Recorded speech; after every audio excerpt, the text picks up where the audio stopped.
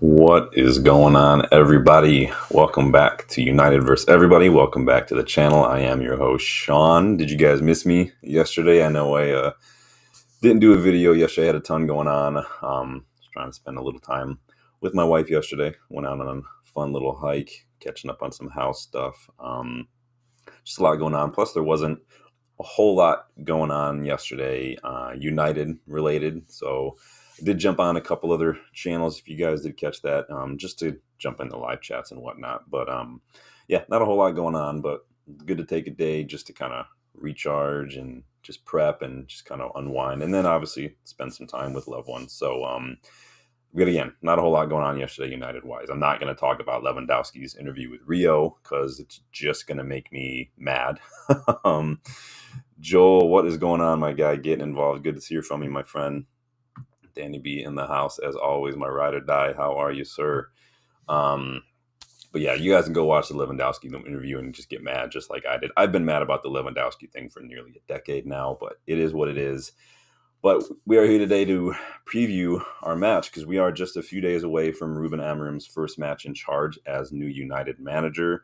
And I don't know about you guys, but I am buzzing. I'm obviously excited to see how we're going to set up. I'm curious to see that formation, what that starting 11 looks like, tactics-wise.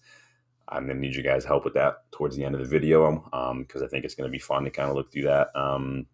Today, though, obviously, as always with the previews, we're going to talk team form, we're going to talk tactics, we're going to talk pressers, we're going to talk players. So we're going to get stuck in. Hit that like button, subscribe for me if you are new. We're going to talk about the match as United prepare to make the trip to Portman Road to take on Ipswich Town. Everybody jumping in already. Usman, welcome back, my guy. Danny B showing the love.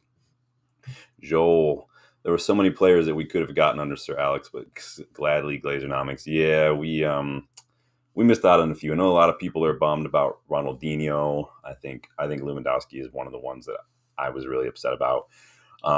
If you want to get really upset, go look at David Moyes' interview on the Overlap when we talk about guys like Toni Kroos, guys like Cesc Fabregas, guys like Gareth Bale that they were in the pipeline. They just weren't. So it is a bummer. And Danny B says excited, but don't want to get too over the top. Everything seems very positive the way he speaks to his future vision for the club. Yeah, we're going to talk a little bit about what Ruben Amorim has had to say as well. We're going to talk a little bit about his interview with Gary Neville for Sky, and we're going to talk a little bit about his presser. But let's jump in first. Let's take a look at Ipswich because obviously newly promoted to the league. Flying in the championship last season. Obviously, they had some record-breaking players in there. Obviously, Kieran McKenna has been flying. So it will be a reunion not only with our former academy graduate Axel Tuanzebe. You guys remember Tuanzebe, that one night in Paris, right? But obviously a reunion with our former assistant, Kieran McKenna. Allegedly, our former potential new manager last spring, if you remember the rumors going around. To his credit, McKenna, he has earned back-to-back promotions with Ipswich, so he's doing a very good job. He's got them playing a brand, or he had them playing a brand of football, I should say, that a lot of us as United fans really, really enjoy, right? Attacking, quick on the break, getting from the wide positions, getting those balls in the box around the defenders. That's the kind of brand of football that a lot of us grew up watching when we associate with United, right? And you know how much I love Leif Davis and his record-breaking assists in the championship last season. Unfortunately for Ipswich, though, potentially fortunate for United, the Tractor Boys haven't been able to replicate those performances since making the step up to the Premier League. They've found it a little hard to gel in here. Just one win in the league this season, 5 draws. To be fair, their first couple games, so they're welcome to the Premier League. Talk about a welcome wagon, right? Was back-to-back matches against Liverpool and Man City. So I don't know if anyone was expecting a whole lot from them in those 2 matches, but their first and only win in all competitions just came before this latest international break, and that was a 2-1 win against Spurs. Ange Bowl, mate, right? Stick that in your fucking kangaroo pouch. I suppose I shouldn't be joking. Spurs trounced us 3-0, so it's not like we can chat to anyone as far as that goes. But if you watch that match, so Spurs were just a bit slow. They were a bit passive, like Postecoglou said after the fact. It almost felt like Spurs went into that match kind of taking things for granted. But to make sure we don't make those same mistakes, we need to start strong. We need to not switch off. And those are things that we've been guilty of not doing many, many times. Ipswich tend to line up in a 4-2-3-1. New signings, Sammy Schmodic, if you remember him, he was doing a really good job. I think it was with Blackburn. I can't remember off the top of my head. Liam Delap, Amari Hutchinson lead the line. They all do a very, very good job. They get involved. They're very dangerous on the break. Leaf Davis, like I said, can cause problems as well. They do kind of shift a little bit to a back three when they're moving the ball out, allowing Leaf Davis to really get forward. So you really have to watch out for him. Delap especially can be a handful. He's got 6 goals already this season. And then obviously Schmodix is no slouch either. Joel said, I like that he's going in one game at a time and not promising any positional spots on where we're going to end up. Yeah, I think it sounds a little, from the way he's speaking, it kind of sounds a little bit like Amorim is kind of giving everybody a little bit of a chance to bet in, but we'll see. I think, like I've said on this channel and a couple other channels, there are a few players that I'm done with when it comes to the whole everybody gets a clean slate bullshit. They've had many clean slates under many different managers, but we'll get to that in a little bit. Because Ipswich do have a few players that can cause us some problems if we go into this not taking it seriously. But ultimately, overall, they're not great. They can surprise you, but they're not great. Not only are they sitting near the bottom of the Premier League, I think they're like 17th place right now, 16, 17, but they're also near the bottom of the table when it comes to many, many metrics, such as goals conceded per match, goals scored per match, their XG per match, shots on target per match, accurate passes per match, accurate crosses, average possession, etc., etc. They are just not playing well. So it's no secret why they've only got one win in all competitions, and it didn't come until before the international break. I'm not trying to bash them. I'm just laying out the facts. The facts are what they are, right? So yeah, they secured all 3 points against Spurs by holding out for 45 minutes after scoring 2 in the first half. But ultimately, we really shouldn't be dropping points here. I think under previous managers, and even sometimes when you're watching the performances, this is exactly the kind of match that can be a banana skin for us. We have struggled in the past against newly promoted sides. I remember when Brighton got promoted, they beat us. It was like on my birthday one year when I was watching that, so that wasn't fun. But you guys let me know who the danger men are for Ipswich. I think anyone in that front line has the pace and has the ability if you give them too much time on the ball, and if you're not switched on during a break, to cause us problems. And then you really got to watch out for Leaf Davis. Whoever's playing on our right side are really going to need to be switched on, communicative, letting people know who to pick up, who to leave, talking, playing on the back foot sometimes, especially on that break. So we've seen from Amorim in the training, and if you watch a little bit of his presser today, the whole point is what happens when you lose the ball. He said we lose the ball too much. You watch the training, it was all about losing the ball, getting back in defense. Hopefully we see some of that. Hopefully there's some recency bias there, and these players will be able to jump right in. Sports predictions. How are you doing today, my friend? Delap, Richardson. Delap. Yeah, Delap is going to be a bit of a headache for us. Like I said, he's got some goals already. So what does Ruben Amorim had to say going this week? Ruben Amorim did an interview with Gary Neville the other day, and I want to go through some talking points of that because there was some interesting things. Neville, obviously, a diehard United fan, like one club legend. We love Gary Neville. You guys voted him to your all-time 11. We all love him. I don't agree with everything he has to say about, anything, not everything. And you guys can have your own little separate conversations about the whole Casemiro Rashford thing. But he did bring that up with Amorim. Kendrick just dropped, so I have to come late. I don't even know what that means. But it's good to see you, my friend. So Gary asked Amorim, how do you get Man United playing further up the pitch? And Amorim responded, first thing, I think we have to be better athletes. That is something you can acknowledge when we are here and we see the data. When I say fitter, it's not being thinner or anything about that. It's the data.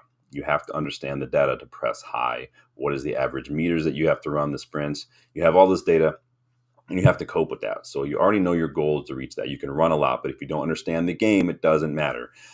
Thank you. How many times have we spoke about on this channel when it comes to pressing, when it comes to tactics? It's not just about running. It's not just about, you have to understand the game. We have a lot of players, we have a lot of energy, like Scott McTominay, for instance.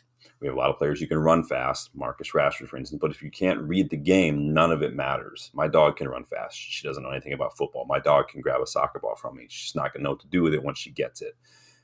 This is what I'm talking about. You guys and I have been saying this for a while. Sports Freaking says, bro, Ruben said a lot, but not things we don't already know. And that's part of the, I mean, you're going to get that with some of the pressers. I'm going to skip through some of it when we go through some of the other one, because a lot of it is just some of that average manager talk ahead of a match. But so again, Ruben's saying it's not just about being fit. You have to know how to press. It's not just enough to close space down. We see Bruno pressing all the time, and he doesn't really do it well because it's not organized. It's not synced with everyone else, not coordinated. But Amorim says the first point to press high, you have to be very fit. You have to cope with the demands of pressing high. The problem is with the ball. I think we lose the ball too fast. We win the ball, we lose the ball, and you cannot press high all the time. With the ball, we can press better. So the focus this week was also in that part. If you don't lose the ball, you can push higher. If you are higher, you can press better. It's like a snowball. Everything is connected. And so I like that he's talking. He's kind of getting, I mean, you guys, a lot of us went in on Ten Hag after that Liverpool match because Arne Slot came out and basically broke down the tactics. And this is kind of what Amorim's doing a little bit ahead of time. He's saying a lot of things that a lot of us know and a lot of us have spoken about, but no one's really come out and said yet. Joel says, yes, but it's nice to hear a manager just outright say it, not pussyfoot around the issues. True story, man. Sports victims, I'm starting a 20 days fast and a prayer for Ruben to be successful. Join me, guys, in fasting. I tell you, I say the same thing to any client who wants to, even if I have a client who's like, oh, I want to go on more walks or anything. I'm like, you know what, just go talk to your doctor first. Not everyone can fast just like that. So make sure you can. Then he said he's willing to back the players, but if they don't work hard or cannot play up to his standards. He basically said there's a point they need to go. I mean, Ten Hag said the same thing, and everybody called him a bully for it. Remember, I did that video. One of my early videos for the channel was, is Ten Hag a bully? And some of the stuff he's had to deal with. Everybody went in on Ten Hag for calling out people who don't try. So I want to see the same standards if Amorim's coming out and saying things. So, and Joel agrees. So Neville asked Amorim, what are his non-negotiables? And he basically said the same thing. You guys are saying things that we've saying, even a lot of the same things Ten Hag was saying. You could say the pretty things like hard work, be professional, and you should be. This is Manchester United in every club. But of course, you cannot run from that. He says the aim is to think first in the team. So I know that some guys will sometimes play in a different position, but they have to understand the position and they have to fight for the team. As a former player, I know every trick. So maybe he knows how to spot the bluffers already. Maybe he's already recognizing the fact there are players who are going to try to find ways to get around, not sacrificing for the team. Looking at you, Anthony, if someone asks you to play left back, your teammates shouldn't have to come over and put an arm around his shoulder and tell you just to suck it up and do it. Just do it. These footballers, I think, sometimes forget that there's the word professional in front of the footballer word. They have to be professional. And part of that is your attitude, your mentality. Mentality for me isn't just about the resilience. It's about stuff like that. When you're asked to do something, just freaking do it. He said, I can understand the players. I can understand what they are doing, why they're doing it. If they're doing it for the team, I will defend them until the end. I can lose my job before throwing a player under the bus. But if he doesn't put the team in the first place, I will be the first one to talk with the player. And it's little things, just simple little things like that. And I think that maybe because Amorim has not been removed from his playing career very long, he's still in that mindset where he's modern enough. I mean, he's basically the same age as Cristiano Ronaldo. He knows who the bluffers are. He knows how to spot it because he's been there and he's been there recently. He's still kind of had one foot in the modern era before becoming a manager, before leaving the game. And so a lot of these players are going to have to fix up. Speaking of fix him up, you guys can let me know your thoughts, but Neville did ask Amorim if he was comfortable with Marcus Rashford and Casemiro flying out to the USA. I think they went to a basketball game. I did see a photo. There are a lot of celebrities. I didn't realize how many celebrities enjoy basketball. I've just never been that into basketball myself, but I think I saw Tom Brady there, Ben Stiller just courtside. That's crazy. But Amorim said the first thing, it was 5 days off. The second thing, they received the information of 5 days off. They are big boys. Us as a club have to set the standards and have to manage that. It's my decision if they have 5 days or 3 days or 3 days to rest and you cannot fly. This is something that us as a club have to decide. He said, would I set different structure? Yes, for sure, but we cannot put this on the players. And they told them they have 5 days off so they can fly anywhere because nobody in the club says you cannot fly. So basically, he's saying like they were told they could, not a big deal. So Sports Fiction says, the reason I'm fasting is because the players basically create their own fucking problems. Not being a team, playing for one another, mentality, hard work, and great attitude. showing up to work with a great attitude makes a huge difference. It does. Attitude does, you win the mental game, you'll win the physical game 9 times out of 10. This is a fact. For most often than not, we are our own worst enemies. We give thoughts and emotions more power than they really have over our decisions. Just FYI. We've already spoken about that, though, on terms of the mentality. And so he says, for me, the big difference is your time. You had great leadership at the time, very, very strong, and the culture was already here when you started. So he's giving Ten Hag a bit of props there. There's Ten Hag, remember Ten Hag tried to set some standards, and he's saying, okay, the standards are there when I got in here. So he said, but it's a long time with the same identity, the same way of seeing things. So I'm just imagining that even your teammates, if you do that, they will talk to you. So now it's a different point. You have to acknowledge that. So it must be started in the club with us, me being responsible in that area. So we cannot this time put that on Rash or Cass. It's interesting. He says, I'm just reading through some. This is the first time I'm really looking at the Neville thing in depth. So Neville asked him, what do you expect from the people above you? And he says, Dave Brailsford is known to create cultures. Of course, it's different sports, but he proved that he can create cultures and win. And we have Dan Ashworth. Dan is well known here in England. He has the same position of Sporting's Hugo Viana, the director of football.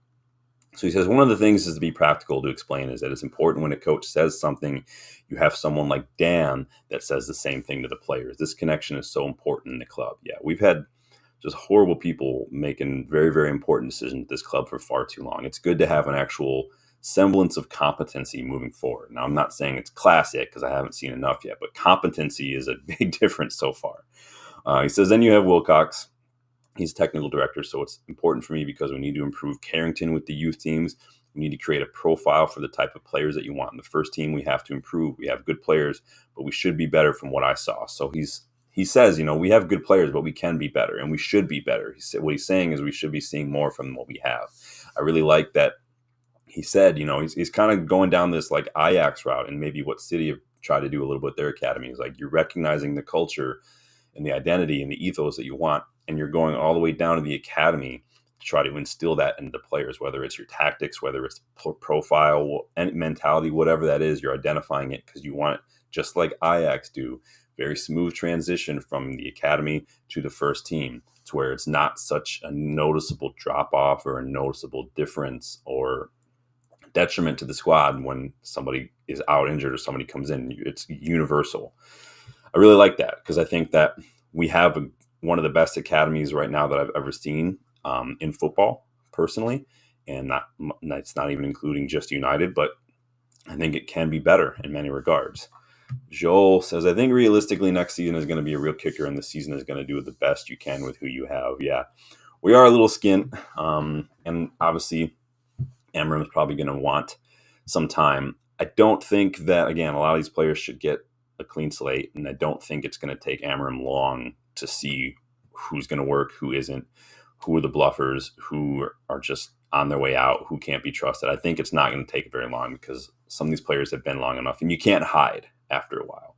And so that was his interview with Gary Neville. Anything jump out at you guys from that interview? Sports Prediction says, the only part I understand from the Nev's point of view is that if I'm setting 13th in the league table with a worldwide sports brand and my team not performing, why would I want to be seen in public? I mean, it's a hard one, right? I think there's to me, there's not a right answer. I mean, I don't think I have a problem with anything Gary Neville says. I think the only thing I maybe would have wished he would have said it and rephrase it in different ways if he would have just said, like, if it were me, and not just like, I don't think that they shouldn't be doing this. Just, if it were me, I wouldn't do this. Like, that's cool. If you wouldn't do that thing, because Gary Neville's just not that kind of guy. And it is what it is. Even if I were rich, I probably wouldn't want to just be like, oh, let me just go jump on a plane and fly halfway across the world to go watch a basketball game. Although I do it for freaking football games. So I guess it is what it is. But that's just me. I wouldn't begrudge anyone else from doing it. I'm sure that back in Neville's day, David Beckham was probably doing lots of stuff like this too. But the difference is for me, and this is where I start to agree a little bit, is not so much as whether or not they should. To me, it's not even about 13th. It's about, are you doing it on the pitch? Because if Rashford's doing it on the pitch, then I don't care. It is what it is. But he's not doing it on the pitch. And I think that for me is where I'm like, okay, read the room a little bit. But at the end of the day, they are people. They do have lives. They should be able to enjoy themselves. And if you're given permission, it is what it is. No one can complain. But again, it does, like you're saying, sports predictions, the optics aren't necessarily great right now. And the timing is probably not right. Joel says, fuck the clean slate. They need to perform. Yes, if it were me, if I was Rashford, I wouldn't want to be seen out in public and when on my team not performing. And Rashford clearly doesn't feel the same way. Again, it's not an issue of right or wrong, in my opinion. It's just everybody's got a difference. It is. Danny B says, I really like how acknowledged Eric Ten Hag said he was a top manager outside the big leagues. Yeah, and Eric Ten Hag is a top manager. It didn't work out at United. It is what it is, but that doesn't mean he's a bad manager. Joel says, unless they are fresh out of the academy, they're all professional football players and they can hike up their big boy panties and put in the shift. We're going to see. We've not seen enough of that from a lot of them this year. Personally, I think that some of these players are not. I think some of these players, it might raise a few eyebrows. Some of the players who might be on their way out the door this summer. You guys can all maybe guess who I'm referring to there. So, moving on to the presser. So, what has Ruben Amorim had to say about this match ahead of kickoff on Sunday? Football is back. I'm excited. You guys should be buzzing. Hit that like button if you're excited that football is back, man. RSV, welcome back. Big up. Thanks for the share. Awesome, man. So glad that you got that. Shouldn't have taken too long, but I'm glad you received it, man. Again, everybody, hit that like button for RSV for winning the giveaway on the weekend. Joel was here. Joel was in the chat today. He was here. We went through the players, who fits, who doesn't. Joel showing that love. Glad you got it, man. Yep. And Joel and Dylan, thank you. I appreciate all your help with the video, man. I love having people here. I love just sitting and chatting. Not, like I said, it's not too stuffy. It's not too formal. It's super casual, but it's good just to talk it and have that and get you guys' interaction as well. So ahead of this match, we got Ruben Amorim's first press conference as United manager. And he was asked, Ruben, you are sixth permanent manager of Manchester United since the club last won the Premier League title. That's insane. We've had 6 managers now in, 11 years? That's insane. What gives you the faith that you can be the one to restore the club to that level? And Ruben Amorim seems to me like a little bit of a romantic. And obviously, you got to have a little bit of romance in football. But he says, I'm a little bit of a dreamer, and I believe in myself. I also believe in the club, as I think we have the same idea, the same mindset. So that can help. But I truly believe in the players also. I know that you guys don't believe a lot in these players. Somebody's paying attention, but I believe a lot. And I think we have room to improve. I want to try new things, and you guys think it is not possible. I think it is possible, and we will see in the end. I got no problem with questions, responses like that. Sports Weekend says, even if we see them perform for the next 8 months, it will continue to the next year and years to come. That's my question. We'll never know. I mean, it's easy to look at what has happened and tell ourselves that's what's going to happen. And I think at a given point in time, that's all you can go off of, right? We can hope, we can say, well, you never know, because we will never know. But at the same time, all we have is evidence, and that's all we have to go on. So it's up to the players to prove us wrong, kind of like what you're getting at sports predictions. Joel says, I think if he's ruthless and prioritizes on-pitch performance, it will last. But if he does the whole favoritism and play the big money players, and it's just going to be a rinse and repeat, I don't think he can have favorites, because he's not the one who's identified and brought any of these players in. So it's not like a Ten Hag and Anthony situation or something where there's this loyalty to someone that you identified and you brought in. And it's like, whether he believed in Anthony or whether he felt like, I did this, it's on me, I really have to find a way to make it work. Whatever that is, Amorim doesn't have any of that. So in that regard, all the players have a clean slate, and that he's going to get to see them all. But at the same time, I would hope that he's watched at least some of United, or he knows a little bit about who's been here long enough and who's down tools here and there to not do the job. So he was asked, what are your first impressions and in training? How much time do you think you're going to need to realistically repair United? It's a strong word. He says, I do not know about repair, but we have space to grow as a team. I think we have to improve in a lot of areas and in the understanding of the game. Again, second time this week, he said we need to improve our understanding of the game. You guys and I have been banging that drum now for almost a year. There are too many players in the squad who are really good at certain types of tactics, but a lack of footballing IQ makes them almost next to useless when it comes down to tactics. A lot of these players can play counterattack football. A lot of these players can run around the pitch. But when it comes to footballing IQ, reading the game, we have a lot of players who just can't cut it. And twice now, Amorim has said just as much in a week. So he says, I know it's a different way of playing, and we are changing in the middle of the season. I think we have to improve the physical aspect of the team. So again, talking again about fitness. Ollie complained about fitness. Jose complained about fitness. Ten Hag complained about fitness. Are people going to jump on Amorim's back now and say that when the players don't look fit, that it's Amorim's training? It wasn't Ten Hag's training. Like, Ten Hag just doing basic footballing training and the players not being fit enough is not because of Ten Hag. It's because of the players. The players haven't been fit for years now, and Ten Hag's not the first manager to call it out. And he probably won't be the last if some of these players don't leave. He says, I do not know how long it will take. I know that when you are in Manchester United, you have to win games, and I will not tell you that I need a lot of time. Of course, we need a lot of time because it's a great league, so it's kind of weird. He says, I'm not going to tell you I need it, but then he's going to turn around the next sentence that says we need a lot of time. But he says, what I can say is that we have to win games, and in time then win titles. So I do like that. What are you guys saying here in the chat? Let me jump on in. No, Ruben will not show favoritism, Joel. He doesn't owe anything to these players.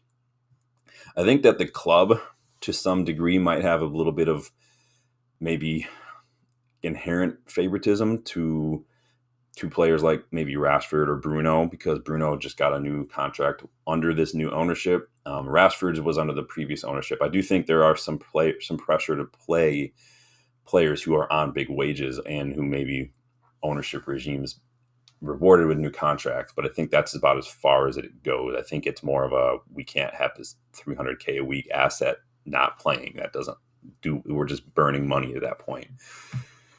Then it says 100 RSV, he will drop players for constantly underperforming and not doing the basics even during a game. He will be ruthless and eradicate player power. He is not that sort of stubborn.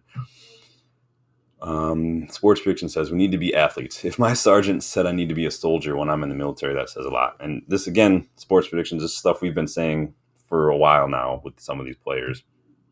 Joel going on here. I meant more so from the club side with players that are on the face of the club. Yeah, well, it's one of these players who's potentially the face of the club and who's basically been the face of the club for the better part of a decade might be on his way out in the summer if he doesn't fix up. But I know a lot of you might not feel the same way. I know some of you for sure. I know for a fact some of you would drive him to the airport tomorrow if you had the opportunity to do that. But you guys can guess who I'm talking about. He says, someone was asked him, you obviously have a lot of belief in your players, and there has been a lot spoken about this system. Is it going to be a case of evolution or revolution? So this, these guys love a soundbite. Amorim says it's not revolution because football is not so different than with 5 players in the back, 3 players in the back, 4 players in the back. He says it's all basically not that much different. He says, I cannot say evolution because we have to wait and see, but we will play a different type of football. We have our ideas, and I'm not saying it is the best ideas, but it is our way of seeing football. It's not evolution or revolution. It is a change in the way we play football. So again, we will play a different type of football. It is a change in the way we play football. So not necessarily just formation, not necessarily tactics. It's also a shift. And again, like he's going back to understanding the game, the way we're seeing the game. He's doing a lot. He's changing a lot, as he should. Yeah. I'll personally pack his bags and be his driver to Paris if he doesn't shape up. I can see him going to Bayern too, if company's still there, but we will see.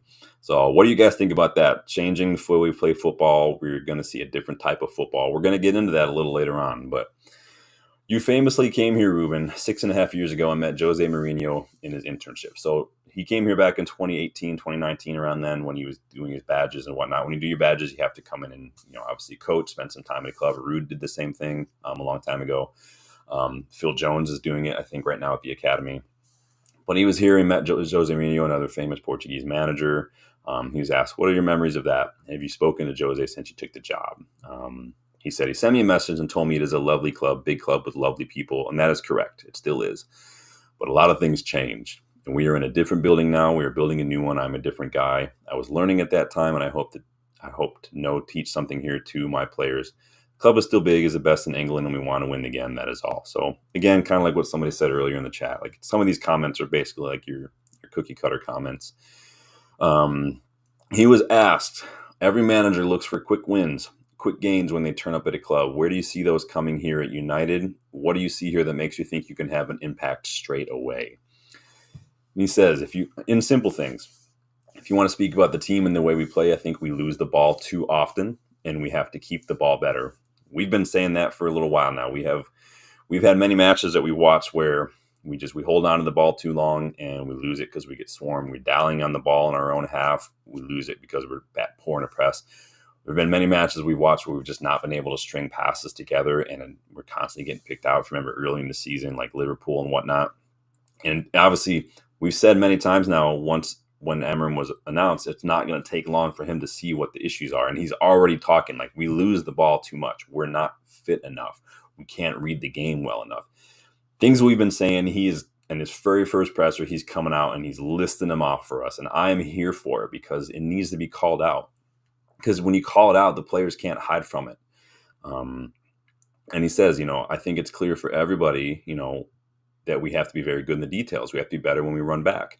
Sometimes we're hoping to change a lot of things, big things. And I think it is the small things. And we have to change in those small things in the football. Again, that's life too. It's the small things, it's not people worry so much about the big like car repair when they don't give a second thought to the $5-6 latte that they get every single day on the way to work. And because in the moment it doesn't seem like a lot, but over time that $5 or $6 latte every single day is a couple $100 a month.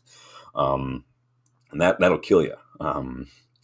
He says, plays a team, understanding of the game in one way, that is a focus. So I can tell you in the small things, I think I can help these players a lot. So if he can get some of these players just to be able to be better footballers, and I don't mean like be fast, be strong, but just reading the game a little better, even if that just means changing the way they read the game a little bit, that to me is going to be huge, like exponentially huge. Sports predictions. If the club gives Ruben 200% support and gives him everything he needs to succeed, he will be successful, no doubt. I hope so. But it's the fans. It's never been the club that's been the issue. It's always been the fans. I'm not trying to say we have crappy fans. We have impatient fans. And I think that the fans need to just be patient. They need to give people time. I think people when it came to Ten Hag, it's like managers, and I think maybe just has more to do with modern football and just how quick the turnover rate. We've seen managers get less and less time with each one. Ten Hag was already getting people hating on him before he even managed a single game just because of where he came from. Like nobody rated the Dutch league for some reason.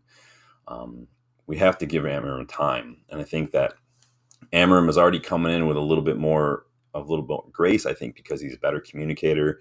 I think a lot of people are still riding that high of Sporting beating City in the Champions League.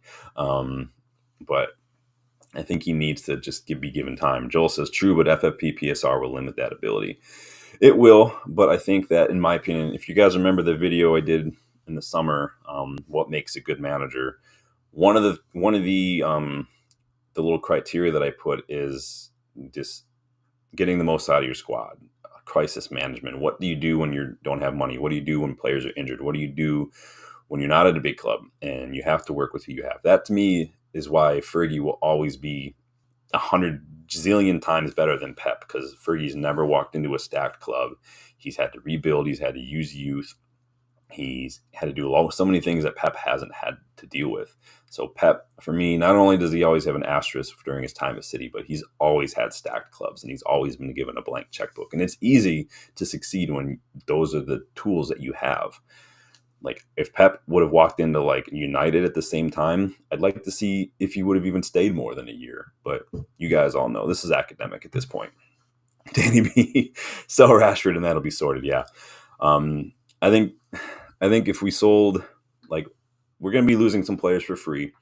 I think if we started out with looking at some of these fullbacks and seeing who maybe we need to think about moving on, because we've got 4 fullbacks, 2 of which can't stay fit. One of them is not having a great season. Another one's come in and looked like the second coming of Dennis Irwin. That's a big area. Dallo might stick out like a sore thumb if he can't fix up. And that could be some profit there. Obviously, Rashford, I think I can see Rashford playing anywhere in that front 3 area, either as a 9 or behind the 9. I can see it. I'm not saying I'm saying I can see that's how he's going to fit, but we'll see, because I don't see him putting in the work to play in one of those wide positions personally. But we'll see how it goes. Like I said, it's not going to take time to see. Speaking of running back, says Joel, watching that training session was almost disheartening in a way. Watching everyone jog back instead of sprinting like how you should be spoke volumes. We'll see. I mean, it's training. You know, I don't want to do the Allen Iverson thing, you know, talking about practice, but we'll see. It was the very first training session. It was everyone's coming back from international break. Some of them, you know, that's just what it is. I'm not going to try to read too much. And I'm not saying you're wrong. I'm not saying not. It's just I'm not going to try to read too much into it. Yeah, agreeing with Danny. Sports predictions, we're not fit enough. We need to be athletes. We need to work hard. We need to play as a team. We need to be professionals. Yeah, I mean, and you're right, man. Some of it is stuff we shouldn't have to say, right? It's just, we just shouldn't have to tell athletes to run. We shouldn't have to tell players to not pull out of 50-50s or jump for headers. We shouldn't have to do that. I've said many times, I shouldn't have to tell players to jump to clear a header when you're defending a corner. Shouldn't have to tell someone to close down space at the edge of the box. Shouldn't have to tell someone to watch the back post. These are things you shouldn't have to tell players. But for some reason, we do at United because players come in and it's like there's this portal at Old Trafford and they all just turn to shit. Just going through some of these are just talking about like Jose and stuff. The recruitment at Manchester United in the last decade has been quite mixed, to say the least. Do you expect to have an influence on the players that come into this football club, or will that be left to other departments? So he's talking about basically overall recruitment structure in terms of these whole checks and balances, collaborative system of Ineos and the manager and how that all works. Because we know that we're in an era now where it's not really manager anymore, it's head coach. There's less responsibility. I'm not saying the media will like to twist it under Ten Hag and say, oh, he's having his power strip. No, Ten Hag was a lot of the extra unnecessary responsibility that a manager shouldn't have in terms of a talent ID was taken off of his shoulders when Ineos came in, because he came into a club, if you remember, who was in charge of the stuff when Ten Hag came in. It didn't take long for Ten Hag to realize this is garbage. Like this is just what it is. I'm not saying Ten Hag was right about all the players that he signed. Obviously, we've spoken about. I'm saying this is what he walked into. He shouldn't have had to do that. Managers shouldn't have to do that anymore. Now we're making a switch to modernize that aspect of our club.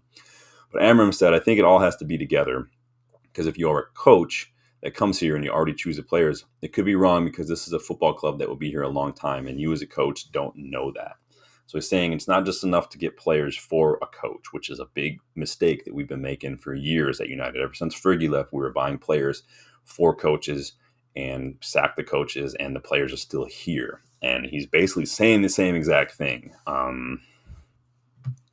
Joel jumping out, man. Sadly, you got a bop to me, man. Good luck, man. Have a good day at work. It's good to see you, dude. I'll hopefully see you this weekend. Thanks for stopping by, brother. Sports predictions. What are we saying here? Bro, in the military, you get fucked for that shit if you were being told the basics. I don't know. They call it basic training. I mean, you gotta train for the basics, right? Just kidding. I'm kidding. This is why I can't be in the military, because I'm too sarcastic. But yeah, it's military, but life will fuck you over if you're not learning from your failures. So the basics counts in every facet of life. Yeah.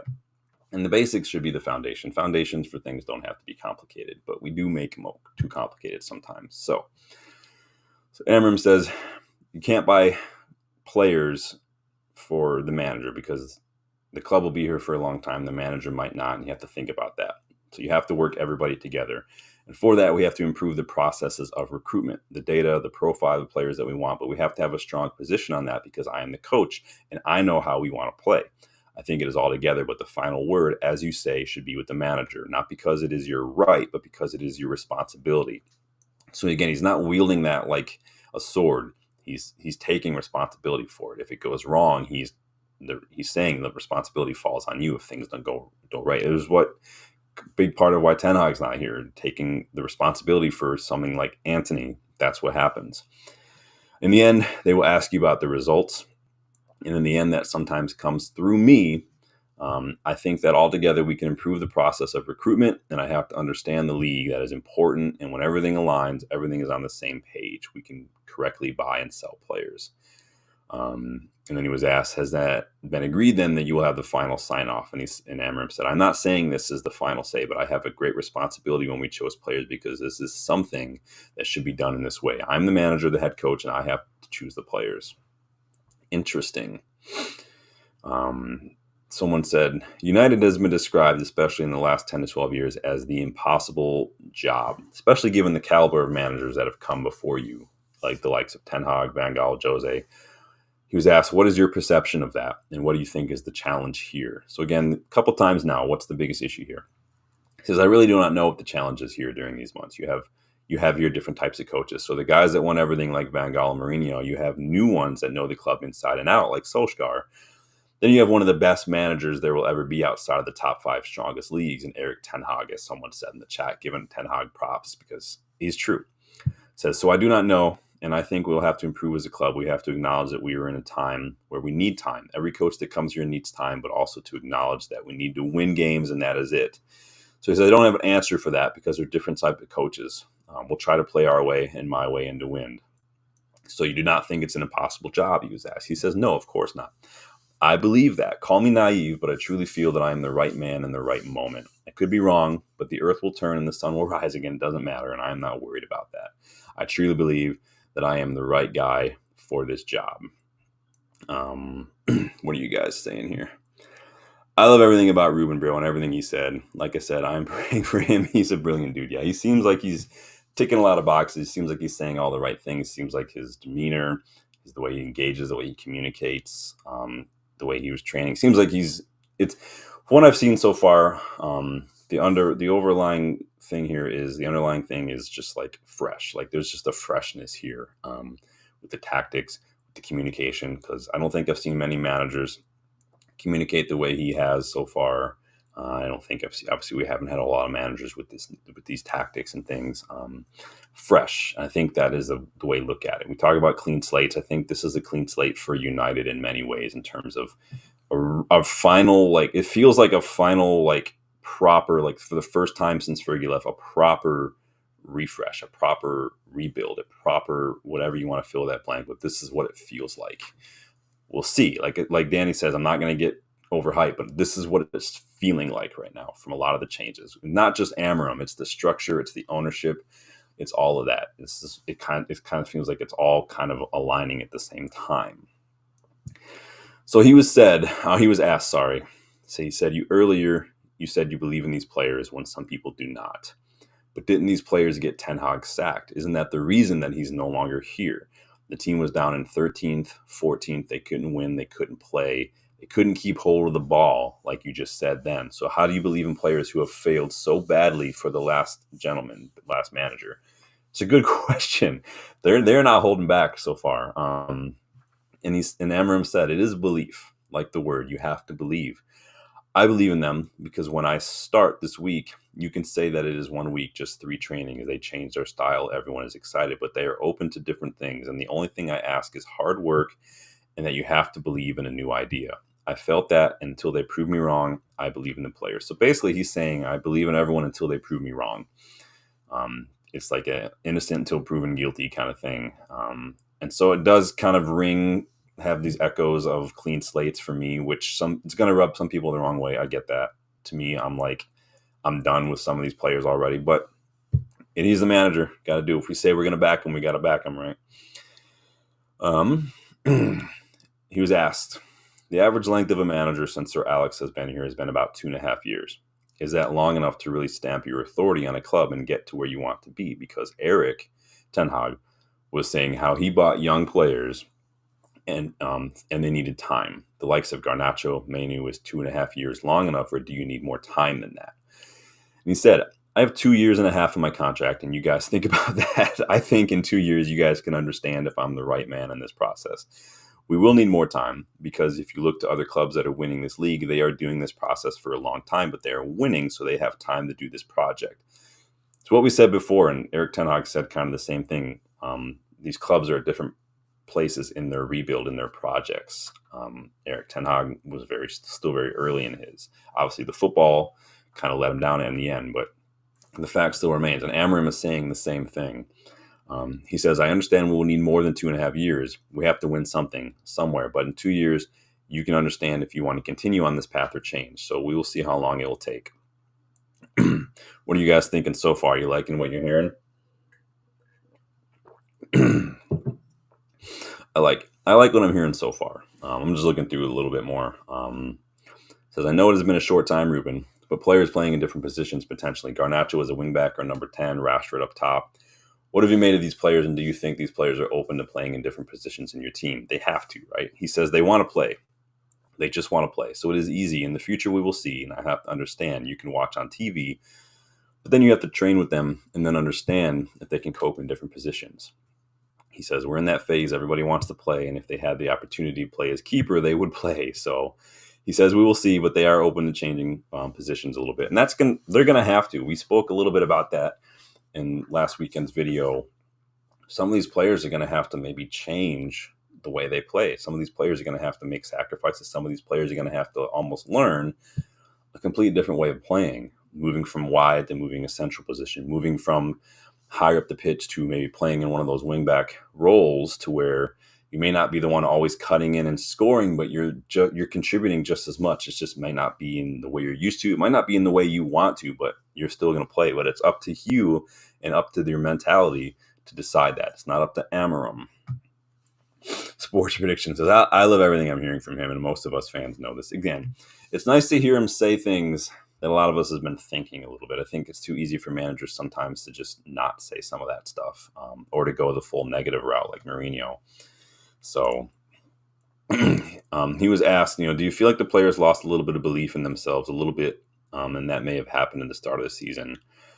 He says, yes, but this is a norm for every team. If you do not win games, you start to have suspicions on the way you are playing, such as I cannot control the ball with pressure. So these things, you start to feel it with the players.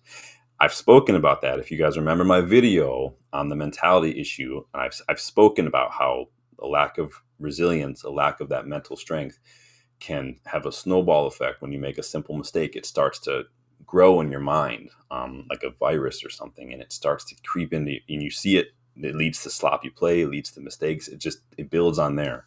He's saying exactly what I said. And he says almost when they walk into the game or the warm-up, you can feel if they are confident or not. That is a normal thing, and I think I have to help them feel that it will take time, but they are ready to cope with the demands of the game. They prove that, and you can even see last year they have a bad first half, and then in the second half, without any tactical change, they will turn up and change things. So they have to find that mindset to play this way throughout all the game. And I said that as well. Sometimes it's not about reinventing the wheel in life as a player. It's about looking back at a situation where things went well and asking yourself, what was different about that? What helped me then that I need to remember to do now or move forward with? What was different in that second half during some random game last year that I can remind myself of this year? Sports Prediction says, after Ten Hag left, even Ruud told them, guys, it's time to look at yourselves in the mirror. Yeah. And I think it's important. I think too many people are too quick to blame others and to make excuses without looking at just making what have they done or what can they do better. It's not about saying, oh, this is all my fault, I'm the problem. It's just about saying, okay, well, what can I do differently? What can I do better? What do I need to stop doing? It doesn't have to be that deep.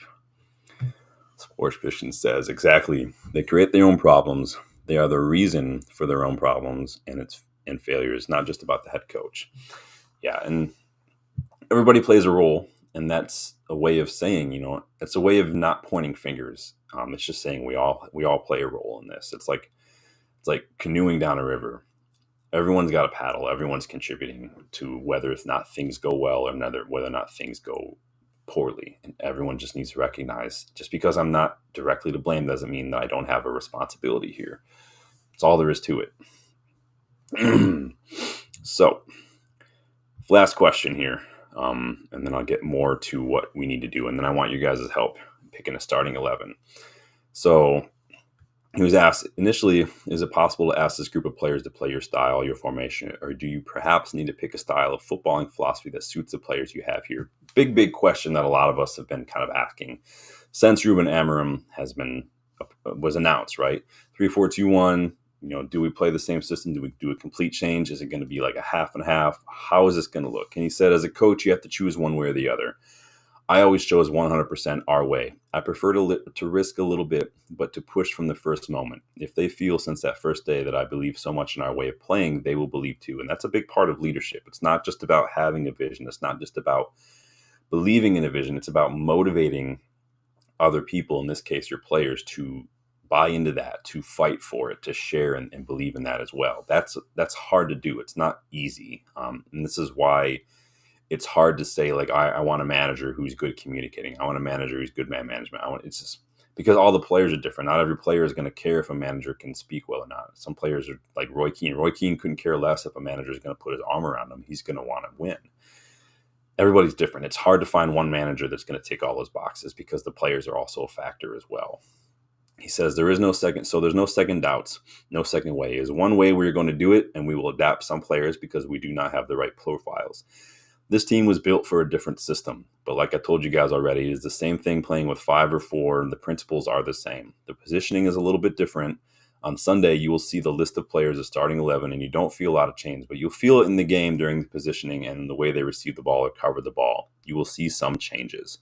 So it almost sounds like we might not see a complete formation change, but maybe in certain phases of play, attack, defense, build out, final phase of attack, we might see a little bit of mix and match here.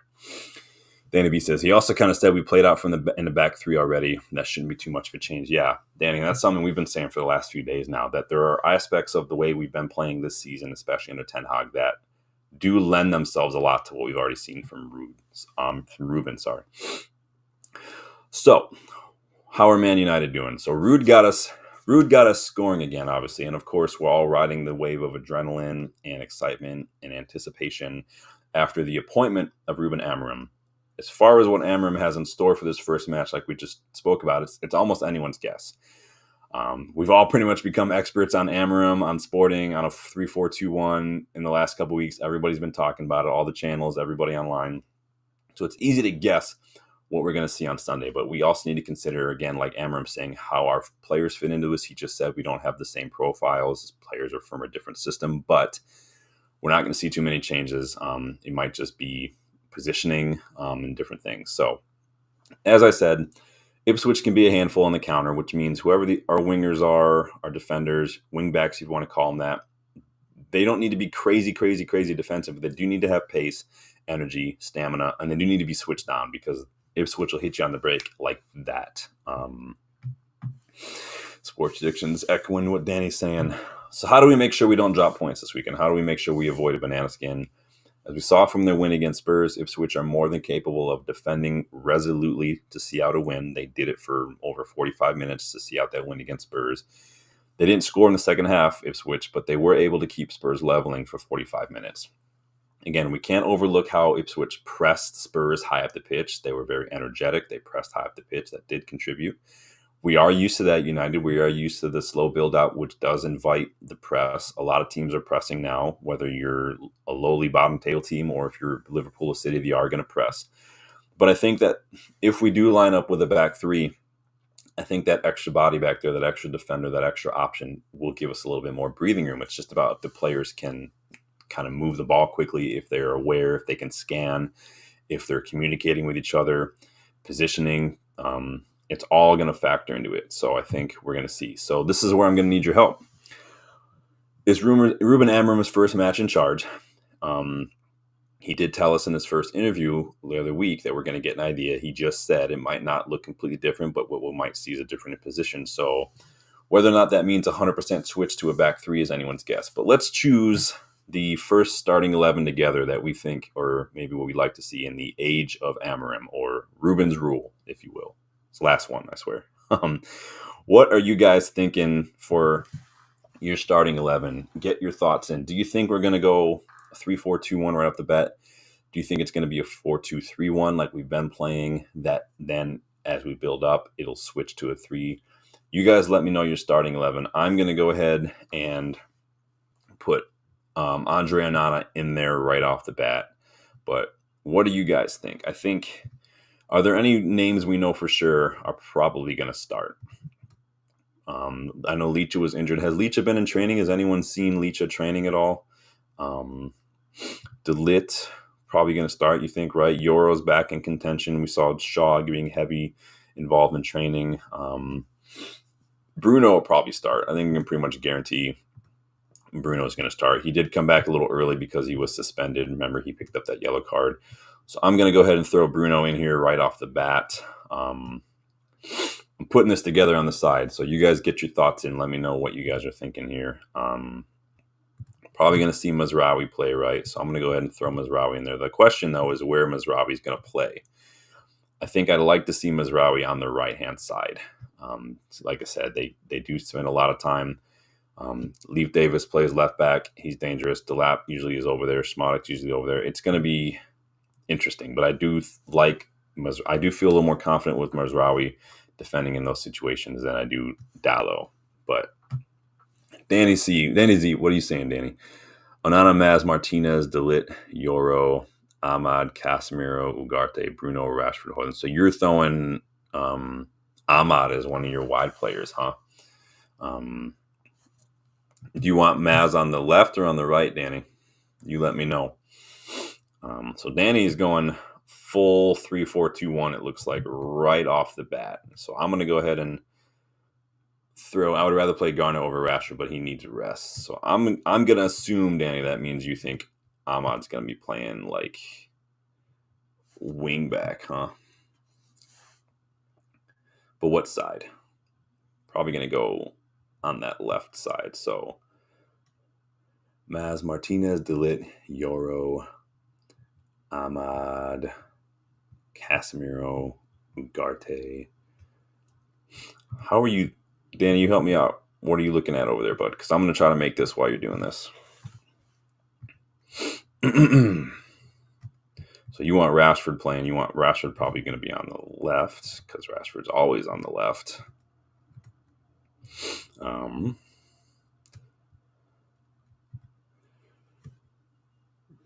Right, Maz, left, Ahmad. So you want Ahmad back in that. So you're going full on like... Oh, I see what you're saying. You're throwing Rashford behind the striker. I gotcha. Yeah. No, I see you now. We're good. We got there in the end. I'm going to let you guys pick this. So Danny wants Casemiro, Ugarte in the midfield as the two, which I really like as a two personally. I think it works. I think it works well. I think they complement each other very, very well, personally. Sports predictions, get your thoughts in if you have any on the starting lineup. I'm just putting together Danny's here so you guys can see it, because I will share the screen in a second and let you guys see what you're looking at. So we got Licha on the left side of defense back here in the three, I'm imagining. Delit and Yoro. So you're already throwing Yoro right into the mix, huh? He has been training. He has been doing well. The back three does mean there's a little bit of an ease of pressure, right? Because he doesn't have to do everything. He's got help, right? He's got more help than just having one partner, so that can help. I do like a back three. Danny, you and I have been kind of crying out for a back three for a while. So, all right, Danny. Let's see if this is what you're thinking. So Danny B is kind of saying, is this kind of what you're thinking, Danny?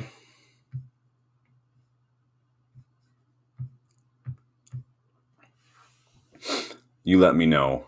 So Danny has Yoro, Delit, Martinez, Mazraoui up on the right, Ahmad on the left-hand side, Casemiro, Ugarte, Bruno, Rashford, Hoyland.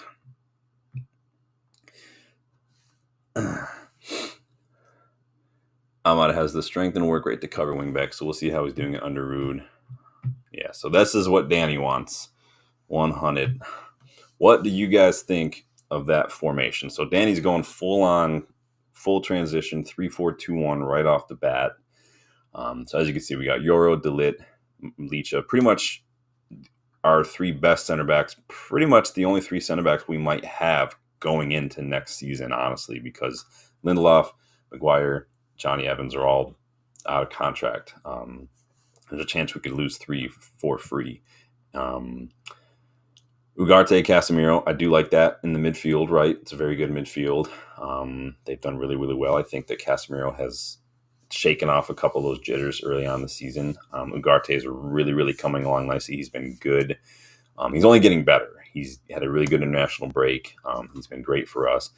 Throw Mazraoui up a little further up on the right. I think Mazraoui does have the energy to get up and down the pitch, and I think he's got the defensive prowess to handle what we could see from Ipswich on that left side. I think he'll keep Leif Davis quiet. Yoro very good defending the channels. Yoro's very good on the ball. Licha obviously very, very, very good on the ball. He's no nonsense, and obviously I think he's also good in the channels as well. Ahmad on the left is a little the one that kind of strikes me as odd. Not because I think he's bad. And it's not because I think he's bad there. I think I would prefer him higher up the pitch in a more central position. But I don't trust Rashford in that wingback kind of winger role personally. Like you're saying, Danny, I probably would have put Garnacho there and moved Ahmad to the central, but this is where we're at right now. And obviously Bruno kind of picks himself.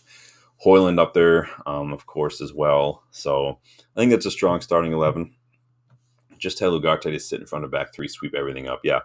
And that's typically how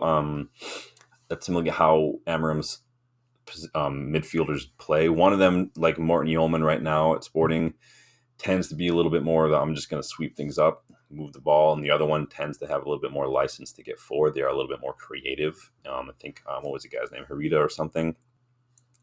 And I think that obviously Ugarte has played there before. He does know how Amorim likes that position to be played. So it's not going to be too big of a shift for him. But if you guys have your thoughts on the starting 11, what you think we're going to see, what you'd like to see, get involved in the chat, leave a comment. This is what Danny's thinking. So Danny, what is your score prediction then for the game as we move on to the final thoughts on this? So I'm going to close this out here. What are you thinking for scoreline? I'm going to go 3-1 United. I do think that and Danny says literally the same exact thing. Danny, I swear it's not actually me on a separate computer just typing. Danny's a legit separate individual. I'm going to go 3-1. I think that the players are going to score. A lot of players are getting into really good form up top. I think Ahmad was in really good form. Bruno's continued his form into the international break. I think we will get 3-1. I think we can get caught out. I think we've seen that the players themselves can be a little vulnerable. And as someone said earlier in the chat, there's a chance, some of them are not running too quickly. I think it was Joel who said that. So we're going to see if they can hang with that counterattack that Ipswich do threaten us with. But I do think that whether it's a corner or somebody not closing down someone at the edge of the box, or again, the counterattack, I think there are some foundational flaws in some of these players' games that are not going to go away so quickly. And I think that could cause us problems, such as the switching off. If Dallo starts, standing off, switching off on set pieces, not like looking over your shoulder, defending the back post. Things like that, I think, are the things that tend to cause us problems. It's not a tactical thing. It's the very basics of defending that are causing us problems. And I don't see that going away overnight. And so we will see. Danny's laughing. But you guys let me know in the chat. Please like the video if you haven't yet. Please subscribe if you are new and you like what you see and you like getting involved. Again, this channel is all about you guys' opinion. I like to make sure everybody's got a voice. Everybody's thoughts are shared and commented on because you guys make this channel what it is. We are on the road to 2K because of you guys. So if you like the channel to get there, if you want to be involved in the future giveaways, I did just order the next shirt for the next giveaway. So that will be here soon. And I will share that with you guys when it gets here so you can see what's going on there. Danny B says, if 4-1 we go back to scoring frenzy consistently straight off the bat, this system made for Ugarte and Højlund. Yeah, the system is made for Højlund. I'm not going to try to say that that's me hyping. I'm just saying from what we've seen from the system, from what I know about Højlund, from what we've seen from Gyökeres, who's basically an older version of Højlund, this system is made for Højlund. I can easily see Højlund getting 10, 15 goals in the league alone. Before the end of the season, after he was injured to start and stuff. I think that he could easily get that. I wouldn't be surprised to see him get more just because I think the system is tailor-made. The biggest issue with this system and the way that that striker plays, though, is the players behind him, not being selfish, looking for those runs, putting these early. This is why it's important to have a left footer on the left wing, a right footer on the right wing, because we also want balls whipped in around the defense as well for Højlund to kind of run into those channels and get on the end of them. So it's all about the players behind Højlund. Højlund it's not about creating for himself. Play Højlund to his strengths, let him run off these defenders, get in the channels, get on those balls in behind, and these players need to get their heads up. They need to find him early, let him run, but they need to follow the play, because if he gets in, there's a deflection. Someone else has got to be there to clean up. And so it's all about the players behind him, but I do think the system is tailor-made for Højlund. Danny says, would I still go for Gyökeres if Højlund scores 15? No, not because I don't rate Gyökeres. It's a lot of money right now, and we just bought 2 strikers. And I'm not saying I wouldn't necessarily go for a striker, but I'd like us to strengthen other positions, because I don't think that it's like I was just saying right now, it's more about the players feeding the striker than the striker himself. Because Gyökeres can come in, and if Rashford and Garnacho and even to an extent Bruno aren't just taking shots themselves, and they still aren't getting their heads up, it doesn't matter who you bring. You could bring in prime Lewandowski, you can bring in Erling Haaland, and if they're not getting the ball, it doesn't matter. I think Højlund can be that guy. Then he says, we need 2 strikers to get into the top. I mean, what does Xerxes then? Like, what was the point of buying Xerxes if we're not going to play him out there if we sold Rashford? If we sold Rashford, I think we could go a long way. But I think if we get creative in the market, look at guys like Nipan for cheap, Angel Gomez for cheap, Alvaro on like 16 million buyback clause. Jonathan David will be free. Jonathan David, if you look at the last couple of years, everyone goes on and on about like Dusan Vlahovic. Jonathan David's numbers have been better, and he's going to be free. They're same age as Vlahovic. This is what I'm saying. If we sold Rashford, yeah. If we're still skint and we're not able to raise funds, then it's a whole separate story. It's all about money and priorities, right? Darko, big up, Darko. Welcome back to the channel, my friend. Darko, you're coming in right at the end, but we already kind of went through everything. We kind of went through the press conferences. We did a starting 11 real quick. Danny basically helped me do that. He put in, we went full 3-4-2-1. Davies, Wishali, Angel Gomez, David, all free. Exactly. Can you imagine, Danny, getting Afonso Davies for free, Olivier Wishali for free, Angel Gomez, Jonathan David, all for free? Can you imagine strengthening those? Because all those, I think, do improve us like instantly, and that they're all free. So it gives you so much money. And I think that's in, like, I can't even imagine. This is why, like, Danny, you should be the scout. I'll be the director of football. Let's just go on and make this happen, man. We'll start our own club. Don't just put Rashford there. So that's going to be it for me, you guys. Thank you guys for stopping by, jumping in on the first preview of the Amorim era. Nipan, Franco, Mastantuono, Diomande. Yeah.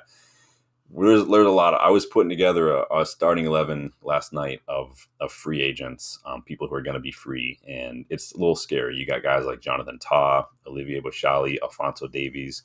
There's a lot of really good players in there that are going to be free. So Jonathan David, like I said, Angel Gomez.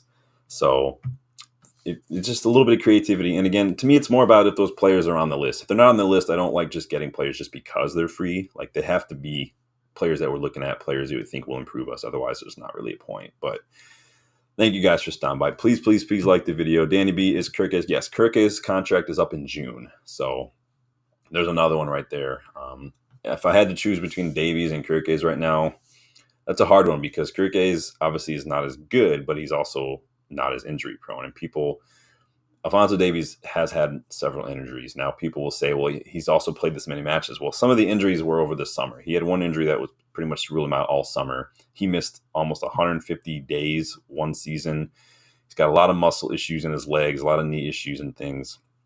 That worries me. Obviously, De Ligt had similar issues, and De Ligt's doing fine so far. So people can get over them. But at the same time, given our medical staff, we've been burned by injury-prone players already. I just like to avoid that kind of stuff. So Kirke's could be a good one.